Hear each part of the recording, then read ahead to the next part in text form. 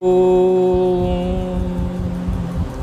शुक्लां ब्रह्मविचारसार परमा आद्यं जगद्व्यापिनी वीणा पुस्तकधारिणी अभयदां जड्य अंधकारापहां हस्ते स्फाटिकमालिकां विदधतीं पद्मासने संस्थितां वन्दे तां परमेश्वरीं भगवतीं बुद्धिप्रदां शारदां येनाक्षरसमाम्नाय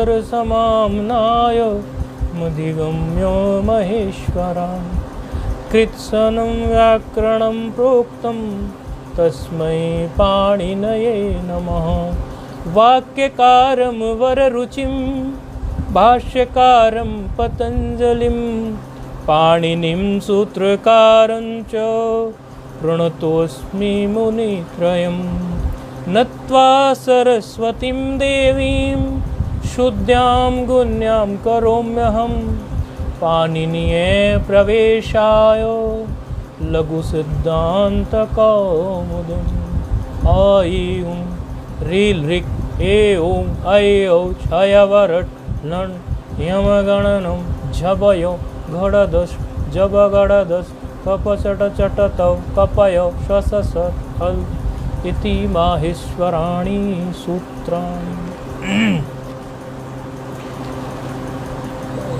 आवाज़ आप लोगों को स्पष्ट ही आ रही होगी, कोई कंफर्म कर दे भले आवाज़ के स्पष्टीकरण का, ताकि हमें भी और उसी नंबर पे करें जो हमारे सामने होता है। तो कई बार क्या है कि आप किसी और नंबर पे कर देते हैं जो हमारे सामने ही नहीं होता, तो हमें लगता है आवाज़ तो एकदम स्पष्ट आ ही रही होगी आप लोगों को। फिर भी यदि किसी को स्पष्ट नहीं है आवाज़ तो बता दें। वैसे ऐसा लग रहा है कि स्पष्ट आवाज़ होगी।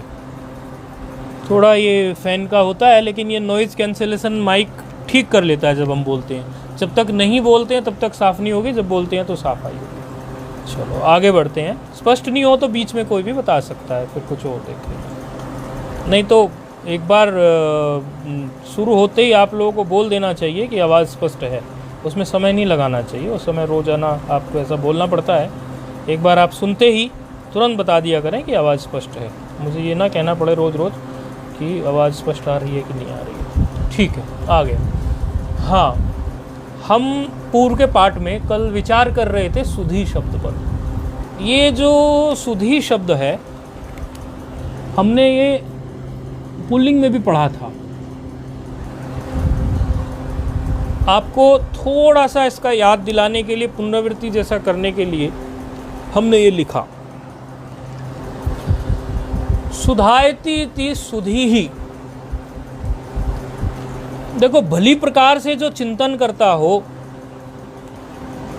शोभन चिंतन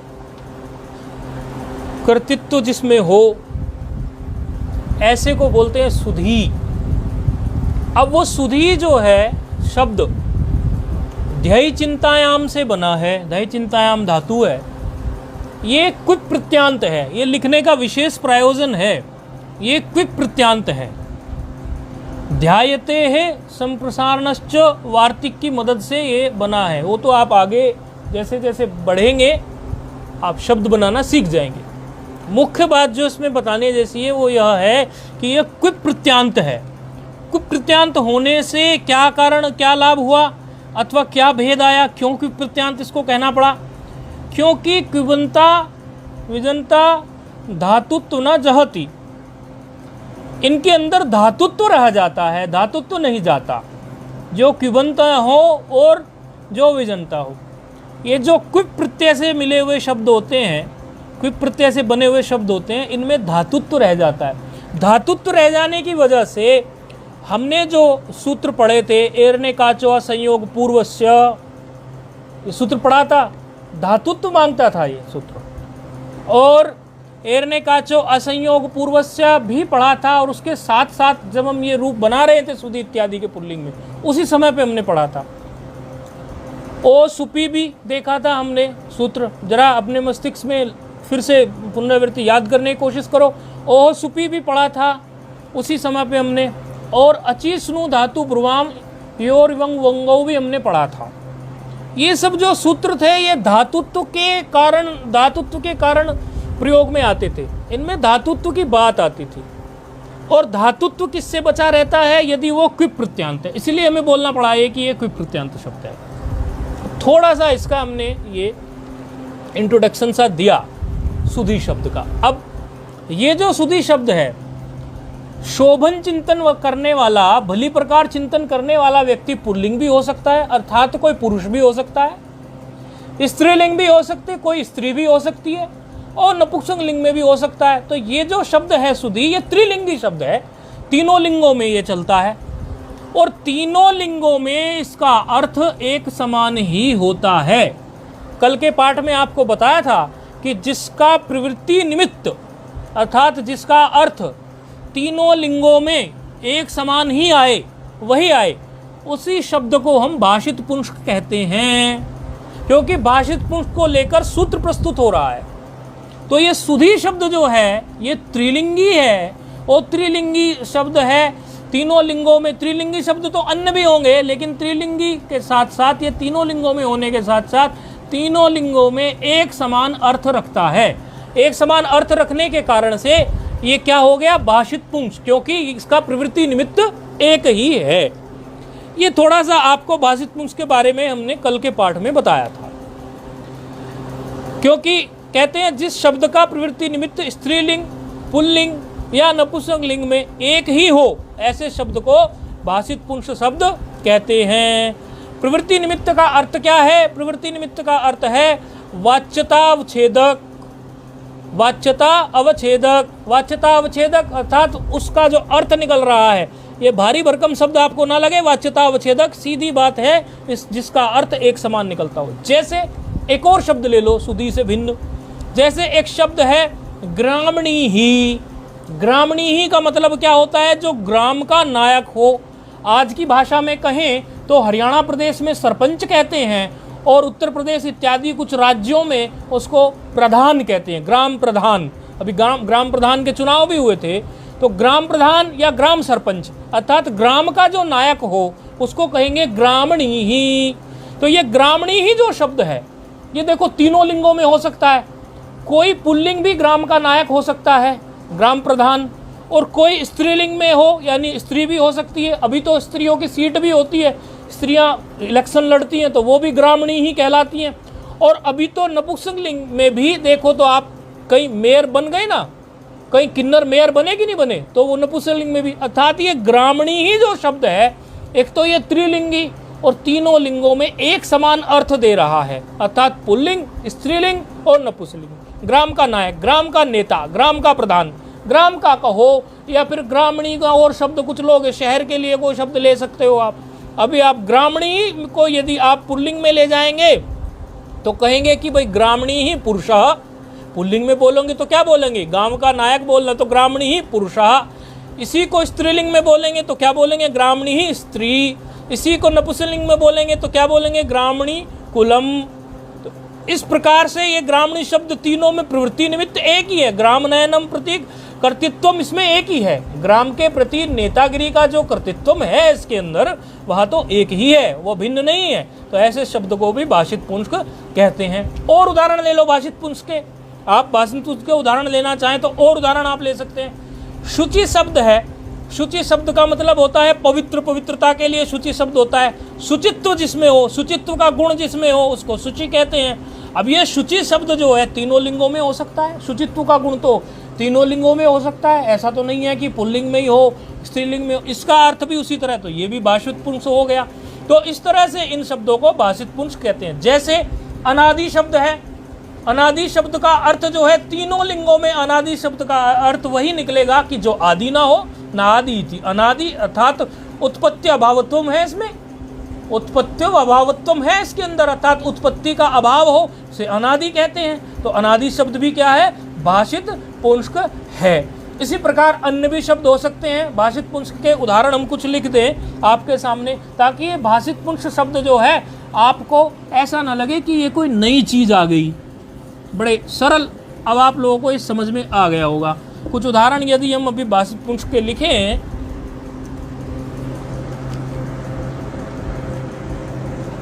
भाषित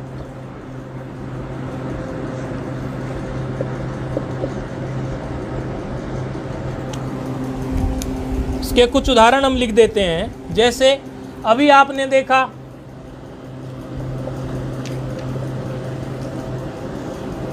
सुधीहि, ग्रामणीहि, भाषित पुंस है ग्रामणीहि। शुचि,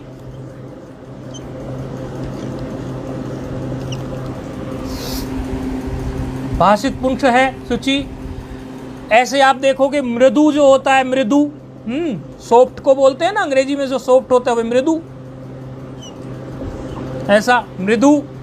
लघु शब्द हो सकता है, गुणवाचक है ना, गुण है ना इनमें, लघुत्व का, मृदुत्व का है, गुणवाचक शब्द है ना लघु, ये भाषित पुंस है। कटु,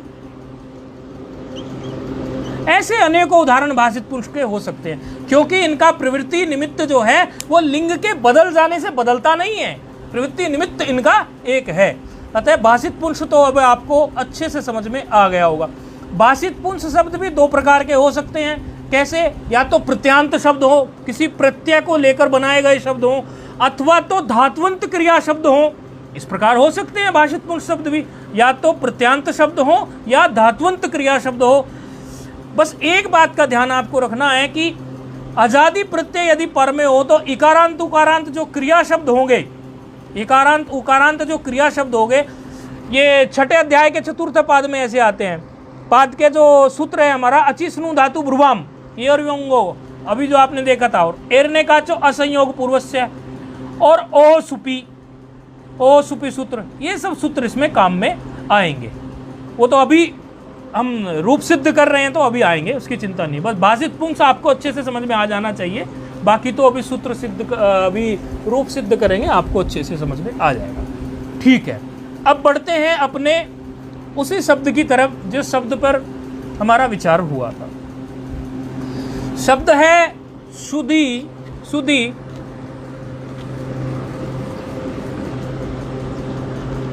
सुधी सुधी शब्द जो है, हमने देखा था सुधी शब्द में यदि हम इसके पुल्लिंग में देखें तो पुल्लिंग में ये शब्द रहेगा सुधी, सुधी ही रहेगा। और यदि हम इसके, एक मिनट, ये माइक थोड़ा हो गया है, इसको एक बार सेट कर लेते हैं।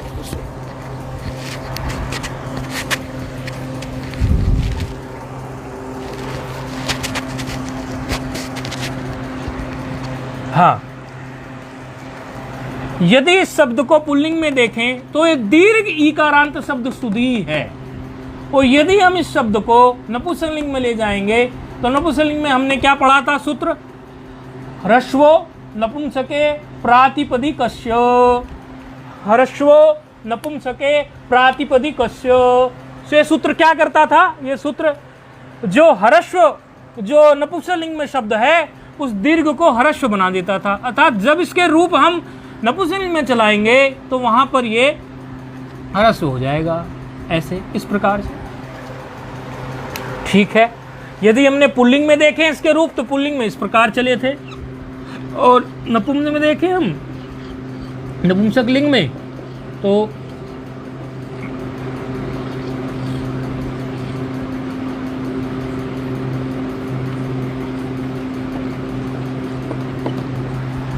उसके रूप जो थे वो इस प्रकार थे।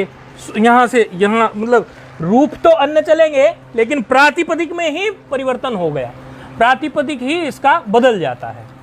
ठीक है, सुधी शब्द को ले लेते हैं। सुधी शब्द को लेकर प्रक्रिया देखी हमने, कल भी ये प्रक्रिया थोड़ी बताई थी, आज फिर से बता देते हैं।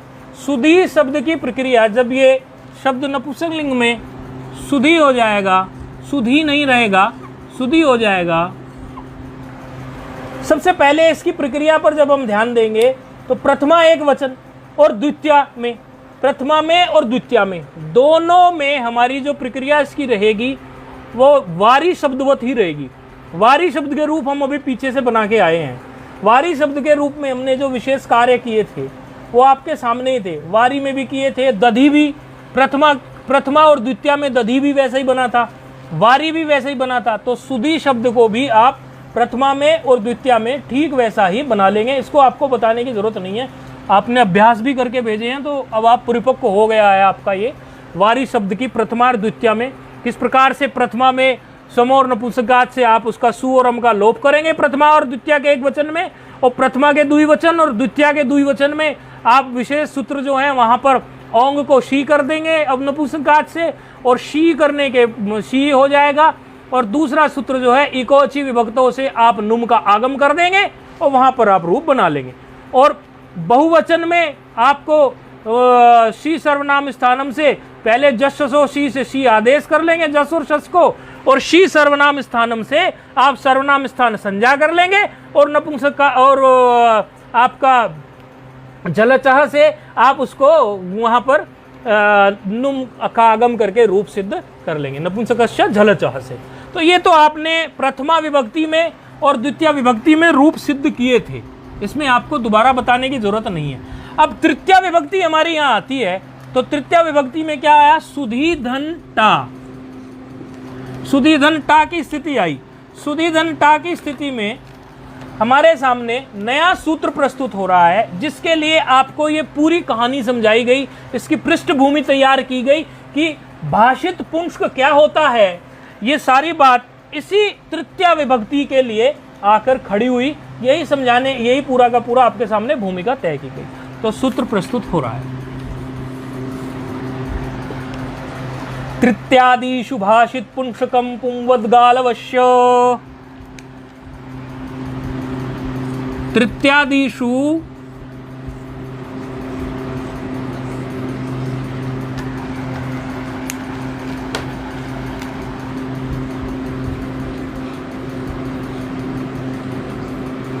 तृतीयादिषु भाषित पुंस्कम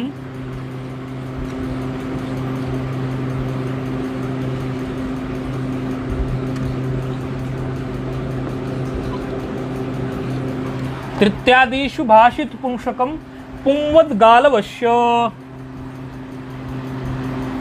देखो ये इस प्रकार से जब वद आ जाता है ना, इसमें आ गया ना पुंवद, आपको समझ लेना चाहिए कि ये अतिदेश सूत्र है। अतिदेश सूत्र का लक्षण आपको पहले बताया था, क्या था, अन्यस्य धर्मस्य अन्यत्र आरोप बोधकम, ऐसा था लक्षण कि नहीं था।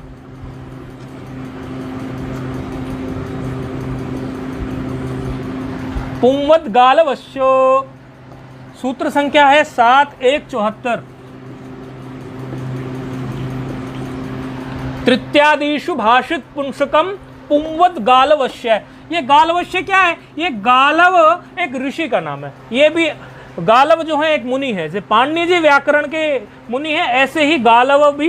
देखो पाणिनि जी को सबका मत स्वीकार है, यदि किसी व्याकरण ने, किसी मुनि ने ऐसा कुछ बताया है नया, तो पाणिनि जी उसको स्वीकार कर लेते हैं और कार्य को विकल्प से करा देते हैं। विकल्प से मतलब जो उन मुनि का पक्ष होता है उस पक्ष में भी एक रूप बना देते हैं, और अन्य आचार्यों के मत में जो होता है उसमें भी एक रूप बना देते हैं।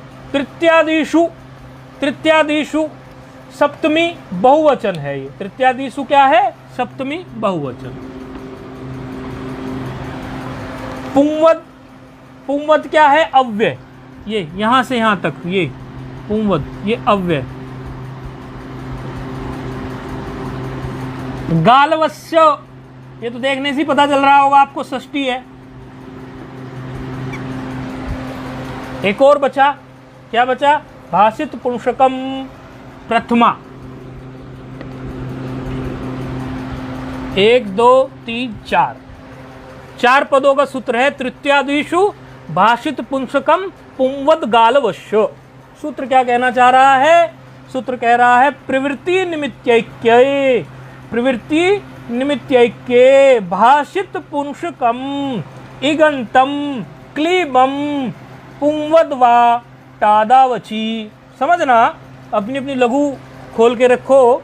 वृत्ति क्या कह रही है, प्रवृत्ति निमित्तैक्ये भाषित पुंस्कम इगंतम क्लीबम पुंवद्वा तादावची। अर्थ करेंगे इसका, प्रवृत्ति निमित्त यदि एक है तो भाषित पुंस्क शब्द यदि इगंत भी है, इगंत है कि नहीं है सुधी शब्द, इगंत भी है, और वह शब्द नपुंसक लिंग का भी है, क्लीबम पुंवद वा, पुंवद वा मतलब पुल्लिंग वध हो जाए।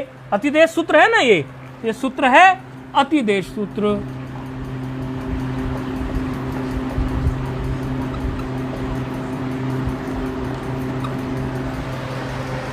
अतिदेश सूत्रम। क्या कह रहे हैं, प्रवृत्ति निमित्त यदि एक हो तो शब्द जो है वो ईगंत नपुंसक का हो और भाषित पुंस भी हो। भाषित पुंस तो ये है, हमने अभी बता दिया आपको। और अजादि तृतीयादि विभक्ति परे हो, ये बात कहां से निकल के आई, अजादि तृतीयादि विभक्ति की पहले सूत्र में भी आई थी।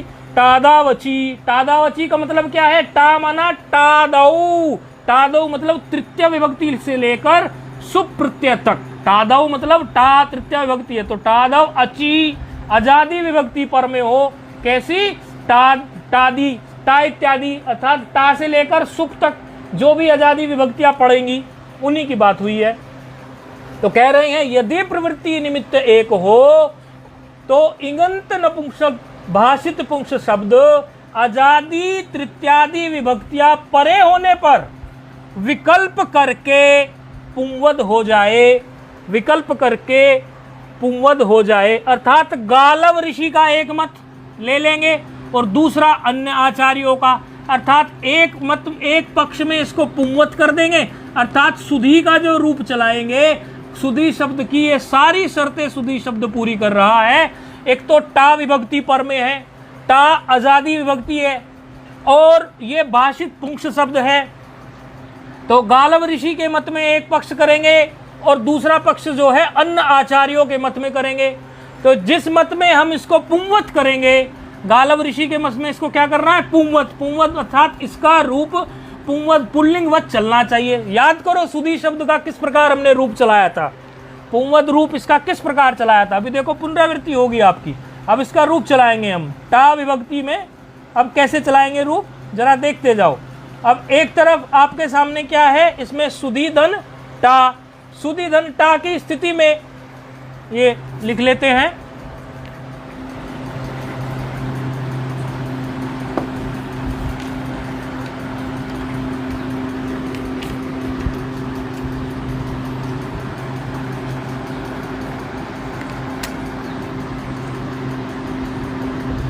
शब्द है सुधी धन टा।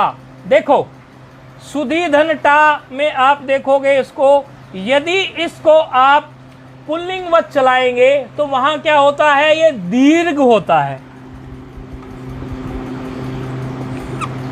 और जब इसको आप चलाएंगे नपुंसकलिंग में तो ये होता है ह्रस्व।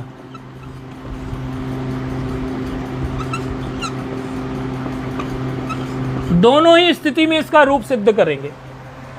टा की स्थिति में पुल्लिंग में आपने जब रूप बनाया था तो क्विप प्रत्यांत इत्यादि का जो हमने जिक्र किया आपके सामने, ध्येय चिंतायाम धातु का जो जिक्र किया वह इसीलिए किया था ताकि आपको ये पता चले कि इसमें हमने सुधी धन टा की स्थिति में सूत्र कौन से लगाए थे। ठीक है, तो याद करो आप सूत्र कौन से लगाए थे सुधी धन टा में। तो हमारे सामने सूत्र प्रस्तुत थे, एरने काचो असंयोग पूर्वस्य, जो अजादी प्रत्ययों में यण करने के लिए खड़ा हो जाता था।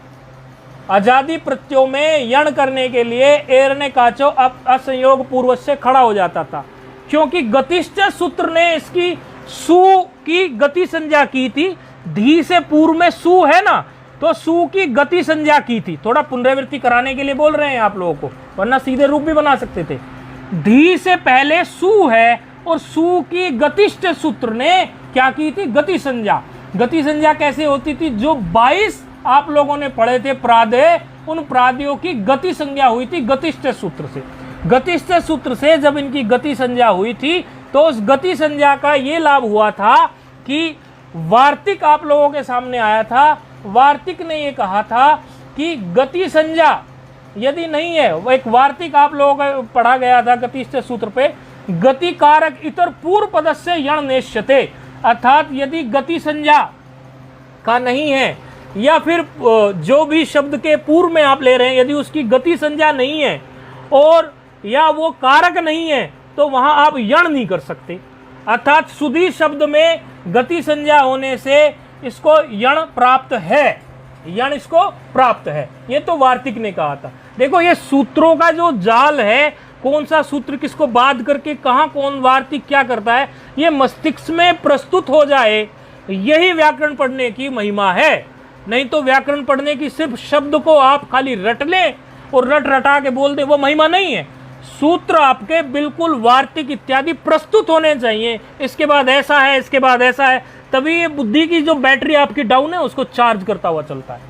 तो यहाँ पर धी से पहले जो सु है इसकी गति से सूत्र से गति संज्ञा हुई थी उसका, क्योंकि वार्तिक ने कहा था कि यदि गति संज्ञा का पूर्व में हो या फिर आपको पूर्व में कोई कारक मिले तो उनमें ही आप एरने काचो के द्वारा यण कर सकते हैं, उससे भिन्न से आप यण नहीं कर सकते। अर्थात यदि यहाँ पर गति संज्ञा का कोई गति संज्ञा का शब्द कोई नहीं हो, गति संज्ञा नहीं हो पूर्व के शब्द की या फिर कारक नहीं हो तो आप वहां यण नहीं कर सकते। अर्थात इससे तो यह सिद्ध हुआ कि यण प्राप्त है एरने काचो संयोग पूर्वस्य से।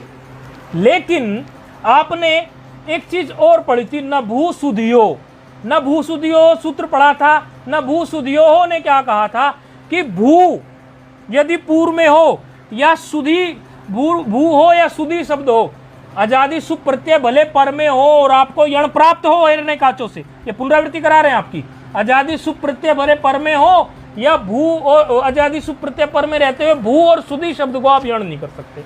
अर्थात एरने काचो सूत्र प्राप्त था, सब प्रकार की शर्तें पूरी हो रही थी, लेकिन नभू सुधियों ने बाध कर दिया, निषेध सूत्र है, क्योंकि ये इसने क्या कहा, अजादि सुप्रत्यय परे रहते हुए भू और सुधी शब्द को यण ना हो। जब भू और सुधी शब्द को, ये पुल्लिंग की बात चल रही है अभी, हम नपुंसक लिंग की बात तो अभी कर ही नहीं रहे, अर्थात ये पुल्लिंग की बात अभी चल रही है।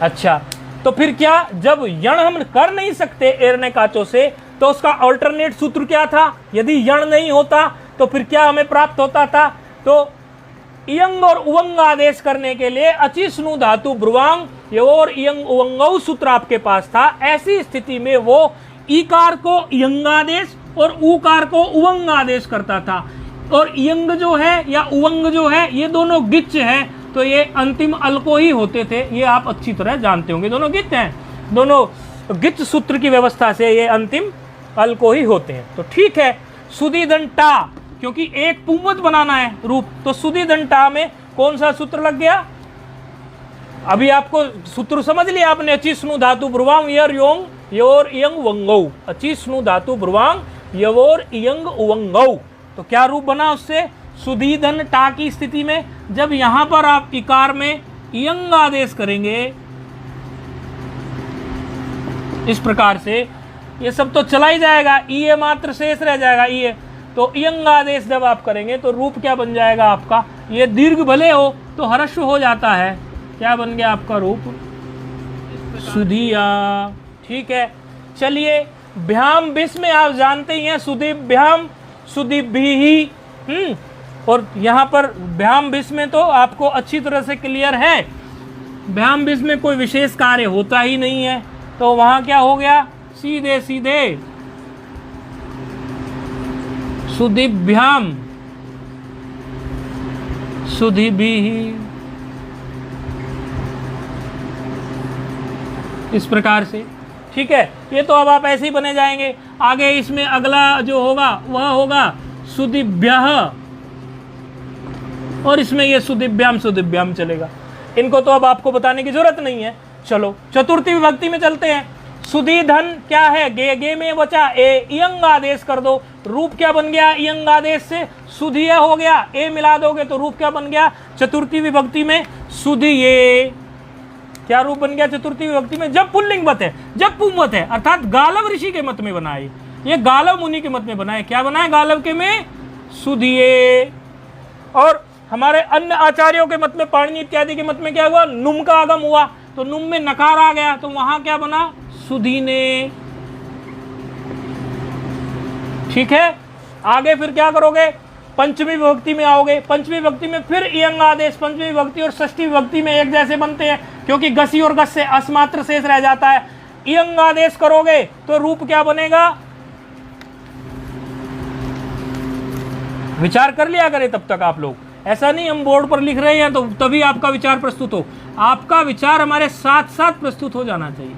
सुधियः किस पक्ष में, इयंग पक्ष में। ये किस पक्ष में है, इयंग पक्ष में। इयंग पक्ष का मतलब क्या है, आपका गालव ऋषि के मत में।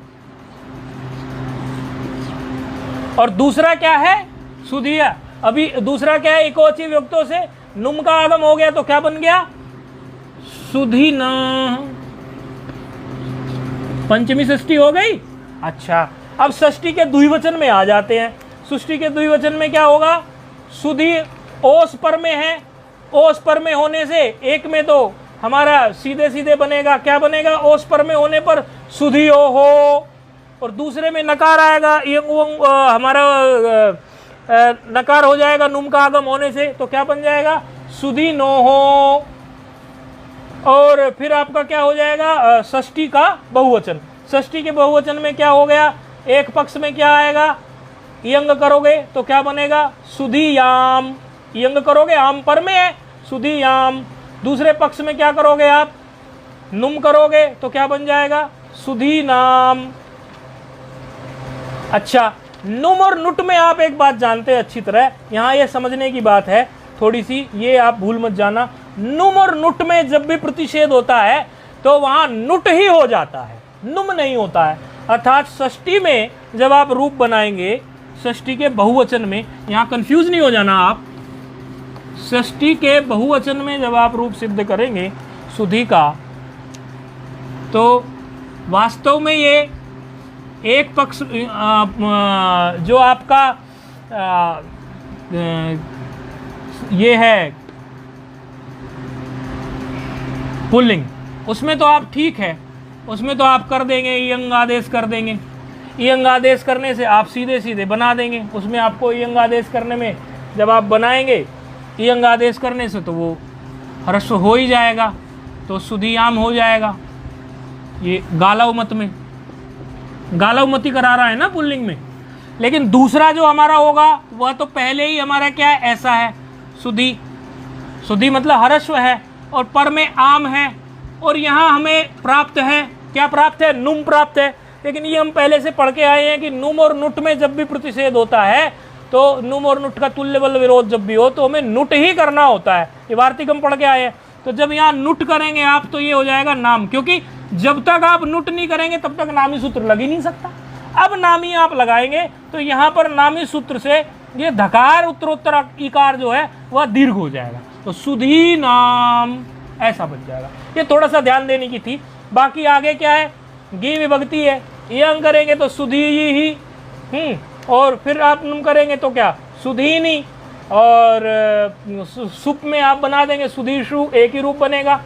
तो इसी प्रकार से आपके रूप, हाँ, संबोधन में आपके वही वारी की तरह संबोधन में क्या होगा, वारी की तरह दो रूप बनेंगे, हे सुधी और हे सुधे। क्यों, क्योंकि प्रत्यलोपे प्रत्यलक्षणम का जो सिद्धांत था, नालुमता अंगस्य ने एक पक्ष में तो निषेध किया, दूसरे पक्ष में निषेध नहीं किया। जिस पक्ष में नालुमता अंगस्य ने प्रत्यलोपे प्रत्यलक्षणम का निषेध किया उस पक्ष में हे सुधी बन गया, और जिस पक्ष में प्रत्यलोपे प्रत्यलक्षणम से निषेध नहीं किया उस पक्ष में गुण होकर हे सुधे बन गया।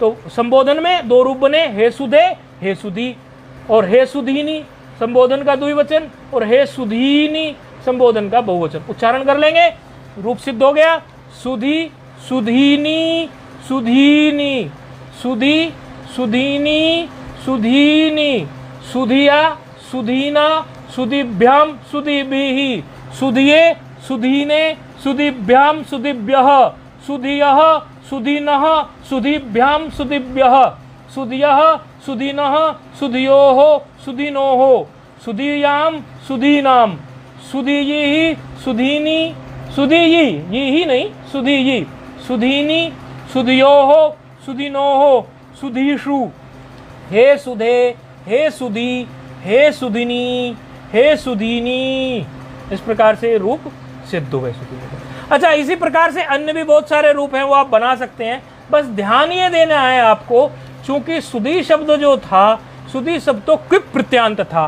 क्विप प्रत्यांत होने के कारण इसमें एरने काचो का विचार हमारे सामने प्रस्तुत हो गया। एरने काचो का विचार प्रस्तुत हुआ। एरने काचो नहीं होके हमने यहाँ पर अची स्नु धातु ब्रुवाम योर योर योर यवोर यंग वंगौ लगा दिया। लेकिन कुछ शब्द ऐसे हैं जो समझो हर्स्व इकारांत नपुंसक लिंग है, हर्स्व इकारांत है और नपुंसक लिंग में चलते हैं, लेकिन वो इस प्रकार से धात्वंत नहीं है। धात्वंत नहीं है तो उनकी प्रक्रिया एक पक्ष में पुंवत होगी और दूसरे पक्ष में उनकी प्रक्रिया जो होगी नपुंसक के तरीके से ही होगी। अर्थात यहाँ पर आप वही लगाते चले जाएंगे जैसे वारी में आपने बनाया। लेकिन जब आपकी पुंवत होगी तो पुंवत में आप ये अची स्नु धातु पूर्वांग से इयंग मत करना, उसमें आप उसको हरि शब्द जैसे हर्ष इकारांत आपने सामान्य रूप से आप चलाते आए थे वो वही लगाना। जैसे अनादि शब्द है, अनादि शब्द में एक पक्ष में तो इसको आपको वारीवत चलाना है, जैसे प्रथमा और द्वितीया आपने वारीवत चला दी। टा आते ही, टा के आते ही एक पक्ष में इसको हरिवत चला देना अनादि शब्द को, और एक पक्ष में आप इसको वारी शब्दवत चला देना। ध्यान देंगे, इसमें ऐसा मत कर देना आपकी अची स्नु धातु ब्रुवाम लगा दें। अची स्नु धातु ब्रुवाम इसमें लगेगा ही नहीं है, धातवंत भी नहीं है और उसकी शर्तें पूरी करेगा भी नहीं। शुचि शब्द है, सादी शब्द है, सुकवी शब्द है, सुयति शब्द है, सुशकुनी शब्द है, अच्छे पक्षियों वाला वन, सुयति श्रेष्ठ यतियों वाला वन। अब तो आश्रमों में रहते हैं यति, तो वन नहीं तो आश्रम भी कह सकते हैं। सुशकुनी अच्छे पक्षियों वाला वन, सुमणि श्रेष्ठ मणियों वाला भूषण। ये जो है इनके सबके रूप जो हैं आप एक पक्ष में वारीवत चला लेंगे। और देखो कल अनध्याय भी है नवमी को, तो आप एक पक्ष में इसके वारीवत चला लेंगे, दूसरे पक्ष में इन कुछ शब्दों के आप हरिवत चला लेंगे। ठीक है, ये आप सुधी शब्द हो गया और उससे संबंधित अन्य भी हो गए। अब आगे उकारांत शब्द आ रहा है। उकारांत शब्द है मधु।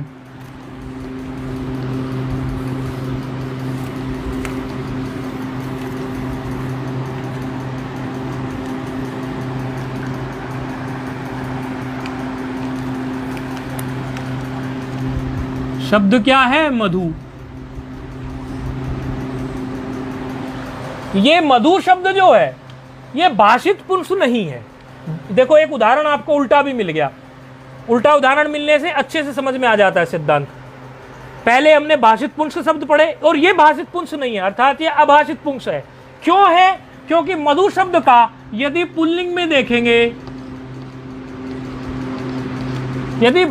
यदि इस शब्द का पुल्लिंग में देखेंगे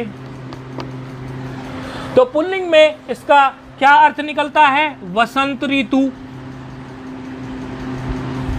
ठीक है, चैत्र मास भी इसका निकलता है। और यदि इसको हम नपुंसक लिंग में देखेंगे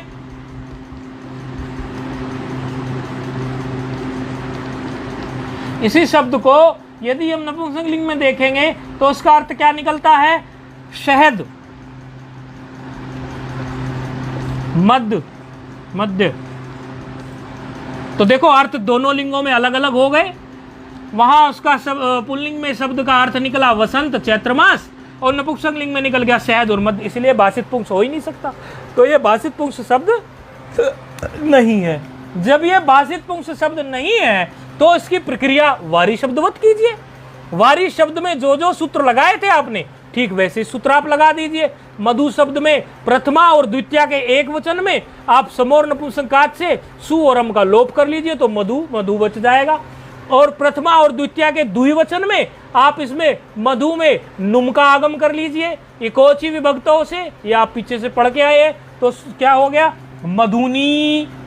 और प्रथमा और द्वितीया के बहुवचन में आप इसमें नुम का आगम कर लीजिए। उसी प्रकार से जस ससो शी सर्वनाम स्थानम, और उसके बाद में आपका नपुंसकस्य झलचा से नुम का आगम।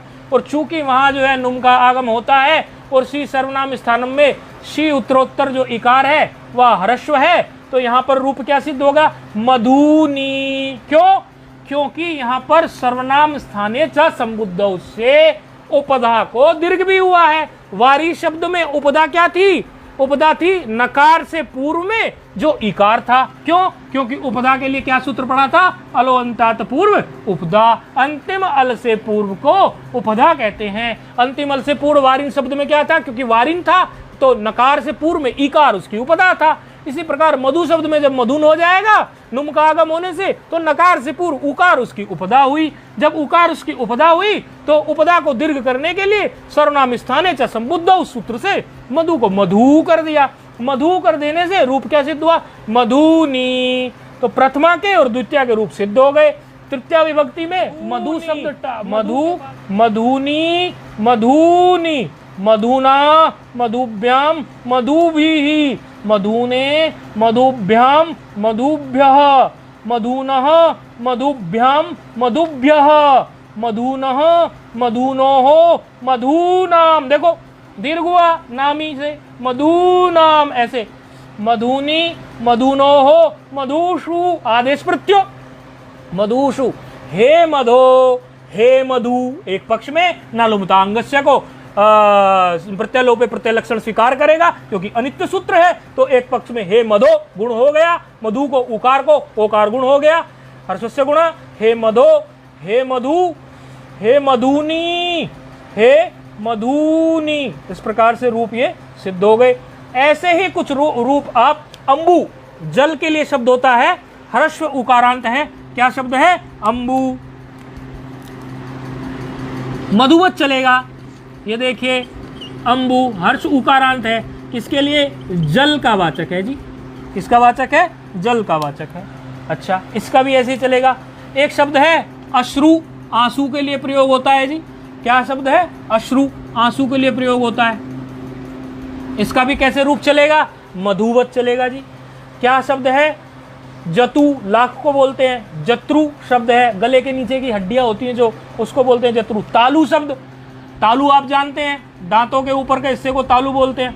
अच्छा, तालु शब्द का रूप भी इसी प्रकार चलेगा। हर्ष उकारांत है, ये देखो तालु। कैसे चलेगा? मधुवत चलेगा। नपुंसकलिंग में है ना, मधुवत चलेगा। दारू, दारू पीने वाली दारू नहीं, वो दारू जिसको बोलते हैं लकड़ी, यज्ञ में बोलते हैं ना यूप दारू। हाँ, यज्ञ में जो लकड़ी है थंबे गाड़ते हैं, दारू लकड़ी है ये। इसका भी इसी प्रकार चलेगा जी रूप। वस्तु बड़ा प्रयोग में होता है, वस्तु शब्द। वस्तु का रूप भी कैसे चलेगा जी? नपुंसकलिंग में मधुवत चलेगा जी। शिलाजतु, शिलाजीत जो होता है उसको संस्कृत में क्या बोलते हैं? शिलाजतु। शिलाजतु का रूप भी शिलाजीत कहते हैं जिसको जी, उसका भी ऐसे चलेगा। शमश्रु, दाढ़ी को बोलते हैं, दाढ़ी मूंछ को क्या बोलते हैं? शमश्रु।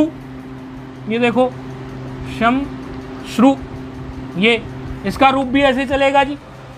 अच्छा, आप घर में किचन में प्रयोग करते हैं हींग, और हींग को संस्कृत में क्या बोलते हैं? हिंगू। क्या बोलते हैं संस्कृत में? हींग को हिंगू। देखो इस प्रकार का शब्द होता है संस्कृत में।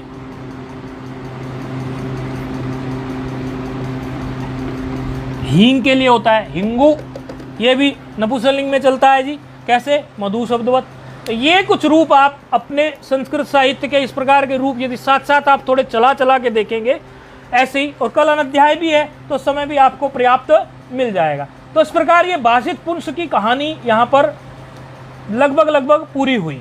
आगे भी कुछ भाषित पुंस का मिलता है तो बताते हैं। जैसे अभी शब्द एक आ रहा है, क्या है शब्द? सुलु। सुलु शब्द है। सुलु आपने पहले भी देखा था। सुष्टु लुनातीति, सुष्टु लुनातीति सुलु। सुलु का मतलब क्या है? जो ठीक प्रकार से काट सकता हो, अमनिया कर दे। सब्जी को अमनिया करते हैं ना, कट करते हैं, उसको क्या बोलते हैं? काटने वाले को जो काटता है चाकू, उसको या किसी अन्य से भी चाकू छुरी से काटते हैं तो उसको बोलते हैं सुलु। जो ठीक प्रकार से काटे उसको बोलते हैं सुलु। तो सुलु शब्द आ गया। तो सुलु शब्द जो है, वैसे तो सुलु शब्द भी आपके सुधी की तरह सुलु है। कैसे है? इस प्रकार से। कैसे है सुलु शब्द? इस प्रकार से। लेकिन आप जानते हैं नपुंसकलिंग में जब हम चलाते हैं तो हर्स्व नपुंसक से क्या हो जाता है? हर्स्व नपुंसक से ये भी ह्रस्व हो जाता है। कैसे हो जाता है, ऐसे। ये आप जानते हैं क्योंकि हम पहले अभी देख के आए हैं, उसमें भी ऐसा ही हुआ था। सुलू शब्द में भी ह्रस्व हो जाएगा नपुंसकलिंग में। अच्छा ठीक है, बाकी प्रक्रिया इसकी अब सुधीवत आप चला लेना। सुधी में जैसे आपने किया था, कैसे किया था सुधी में, सुधी कैसा था, सुधी भाषित पुंस था। ये भी जो है लिंग बदल जाने से इसका अर्थ नहीं बदलता, काटने वाला तो वैसा ही रहेगा, स्त्रीलिंग हो पुल्लिंग हो नपुंसकलिंग हो, तो इसको अर्थ इसका नहीं बदलेगा, नहीं बदलेगा तो इसकी प्रक्रिया भी सुधीवत होगी। बस एक ध्यान आपको रखना है, सुधी शब्द में हमने इयंग वंग आदेश किसे इयंग करते चले थे, हम सर्वत्र इयंग करते, लेकिन जब उकारांत शब्द होता है तो उकारांत शब्द के लिए आपने विशेष सूत्र पढ़ा था, क्या, ओहो सुपी।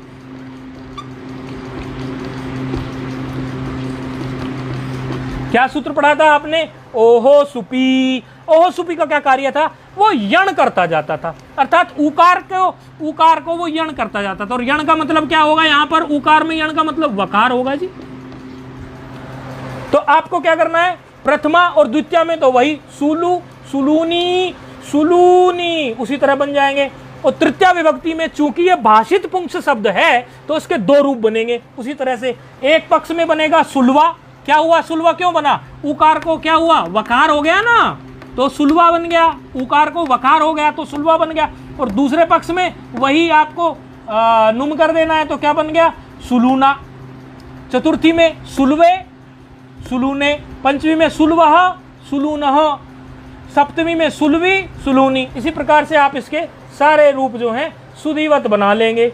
बस फर्क इतना है, सुधी में आपने इयंग आदेश कर लिया था, अची सुनु धातु पूर्वम यवोर यंग वंगों से, और यहाँ पर ओह सुपी से आपको उकार के लिए यण कर देना है आपको। बस ये थोड़ा सा अंतर आपके सामने प्रस्तुत होगा। और देखें और कराया जाए, अच्छा हो गया। आगे फिर एक शब्द आ रहा है धात्री। धात्री शब्द क्या है, ये भाषित पुंस की तो यही बात हो गई। अब शब्द आ रहा है धात्री। ये धात्री शब्द ऋकारांत आ गए, अब आपका उकारांत पूरा हो गया, उकारांत पूरा हो गया, पहले इकारांत हुआ, फिर उकारांत हुआ, अब ऋकारांत आ गया। अब ऋकारांत में धात्री शब्द है, धात्री शब्द को अब आप तैयार करके पढ़ के आ जाइए धात्री शब्द को, क्योंकि अभी आपको पढ़ा देंगे सारे रूप सिद्ध करने में तो खोपड़ी आपकी गर्म हो जाएगी, वैसी गर्मी है। तो धात्री शब्द को आप देख के आ जाइए, क्योंकि उसमें भी तुलना होगी। किससे तुलना होगी, पुल्लिंग से, स्त्रीलिंग से। इसलिए धात्री शब्द के पुल्लिंग को आप अपने मस्तिष्क में बैठा के आ जाइए। कल अनध्याय रहेगा, परसों को आप प्रस्तुत हो जाइए, धात्री शब्द अभी आने वाला है। ओम पूर्णमदः पूर्णमिदं पूर्णात् पूर्णमुदच्यते पूर्णस्य पूर्णमादाय पूर्णमेवावशिष्यते। ओम शांति शांति शांति।